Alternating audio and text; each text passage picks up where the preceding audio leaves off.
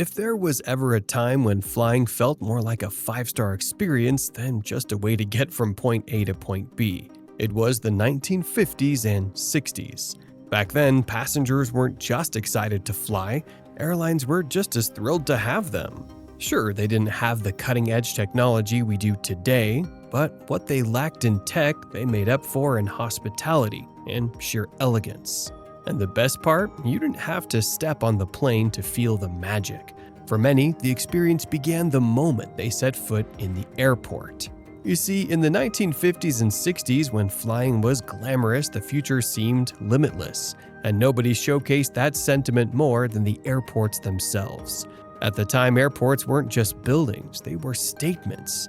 After all, this was the jet age, and if you were stepping onto a plane, you weren't just going from point A to point B, you were stepping into the future. So, the airports had to match that energy.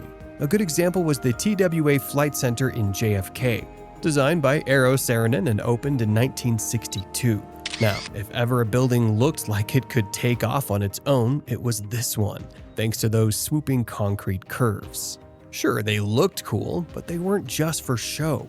They made you feel like you were already in motion, part of some grand, effortless ballet of flight. On the inside, there were no harsh lines, no rigid squares, just a seamless flowing space that practically guided you to your plane like a well-choreographed dance. Flying out of TWA wasn't just travel, it was an experience. Not just an experience, it was the experience. But if you think JFK was the only airport that embraced futuristic architecture, you would be sorely mistaken. Because, meanwhile, over in Paris, Orly Airport's new terminal was wowing everyone before they even took to the skies. Opened in 1961, this terminal was all about light, space, and elegance. Forget the sturdy, closed-off terminals of the past. Orly had a massive glass facade that let in sunlight and made flying feel sophisticated. And then there was the rooftop terrace, prime real estate for plane spotting back then. Because, after all, watching jets take off was just as exciting as being on one. And then there's LAX's theme building, because of course, Los Angeles had to go full-on Hollywood sci-fi. Opened in 1961, this flying saucer-like structure was exactly what you'd expect in a city where fantasy and reality blur. It was futuristic, it was sleek, and it proved that airports weren't just for catching flights, they were attractions in their own right. These weren't just terminals, they were cathedrals of the jet age, built to make you feel like you were part of something bigger, something exciting. Airports today might be bigger, fancier, and more high-tech. But let's be honest, none of them have the same soul. But here's the thing, architecture was just part of the picture, because the airlines went out of their way to make everyone feel like royalty. Back in the 1950s and 60s, flying wasn't just a way to get from one place to another, it was an event, a spectacle, a privilege. Whether you were a movie star, a business tycoon, or just an average Joe who saved up for a ticket, the moment you set foot in an airport, you were treated like royalty. Because back then, everyone was VIP. First, let's talk about the terminals, because beyond their amazing architecture, they were the place to be if you loved luxury. You see, these weren't sterile, overcrowded boxes with endless security lines and plastic seats. No, airports were elegant. For example, JFK's International Arrivals Building had marble floors and grand chandeliers, while London Heathrow's Queen's Building, which opened in 1955, had observation decks where people dressed in their Sunday best just to watch planes take off. And if all this seemed simple, then you must have never heard of the lounges. These places were straight out of a Bond movie. At Pan Am's Worldport Terminal, passengers could sip cocktails under soft lighting before gliding onto a plane like they were heading to a gala. Then there was the check-in experience. No self-service kiosks, no frantic bag drops, just uniformed agents who actually wanted to help you. Bags handled with care. Tickets made of thick cardstock embossed with gold lettering, because flying was a big deal. Even the planes themselves were designed to make you feel like a star in the sky. Forget cramped seats and plastic trays. Aboard a Boeing 707 or a Douglas DC-8, you had wide, cushioned seats, plenty of legroom, and actual tables for dining. Speaking of dining, the meals were amazing. Steak, lobster, caviar, you name it, all served on real china with silverware, because eating at 30,000 feet should still feel dignified. Flying in the jet age wasn't just about getting somewhere, it was about feeling important, glamorous, and special.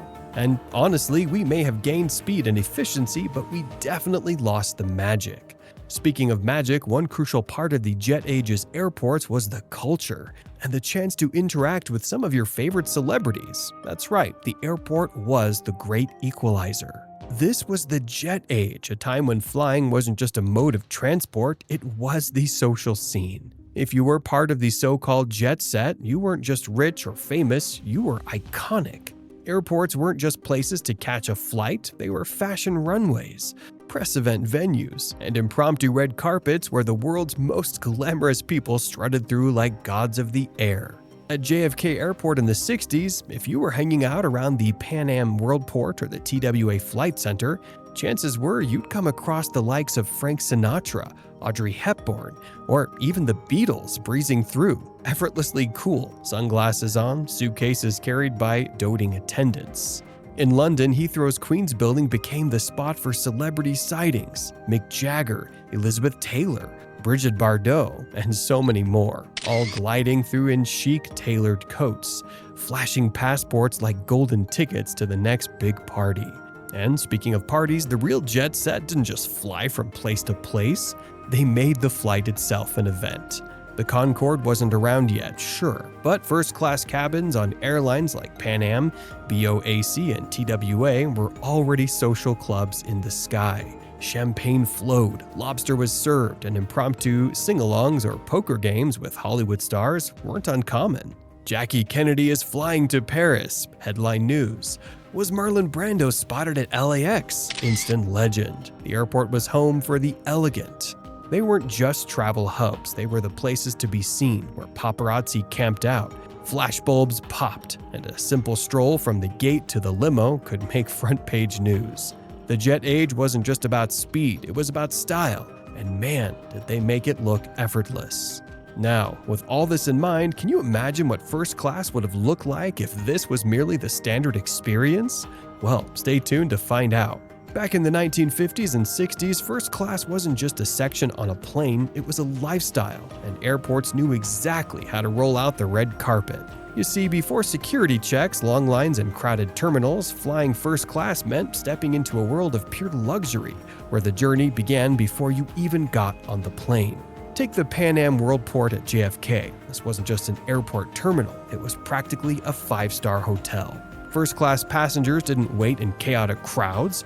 They were personally checked in by well-dressed agents and escorted to plush lounges, where waiters in crisp uniforms served cocktails, caviar, and canapés. Over in London Heathrow, BOAC's first-class lounge had deep leather armchairs, chandeliers, and even private dressing rooms for passengers who needed to freshen up before a flight. And then there was LAX's Skyroom inside the iconic theme building. If you were flying first class out of Los Angeles, you weren't just sitting in a lounge, you were sipping martinis in a futuristic space-age restaurant with panoramic views of the runway. Just imagine doing that with Frank Sinatra or Marilyn Monroe, casually enjoying a pre-flight meal while tuxedoed waiters glided around with trays of champagne. For the ultra-elite, some airlines even offer door-to-door service. Yup, you heard that right, door-to-door. If you were flying Swiss Air first class, a private limousine would pick you up and take you straight to the VIP entrance.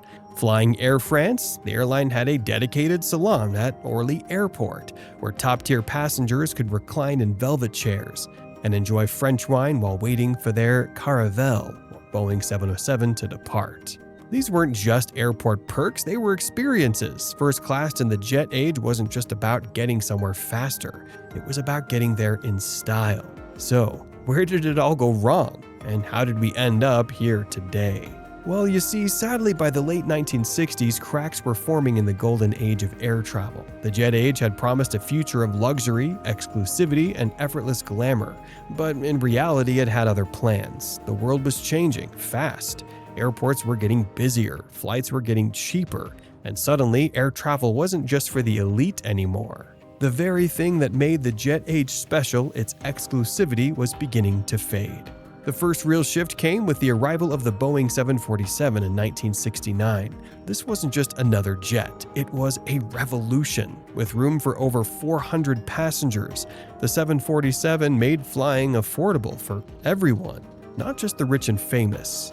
Economy class swelled, terminals became more crowded, and those once spacious marble-floored lounges started to feel a little hectic. And then there was security, or rather, the sudden need for it. In the 1950s and early 60s, you could waltz onto a plane like you were boarding a cruise ship.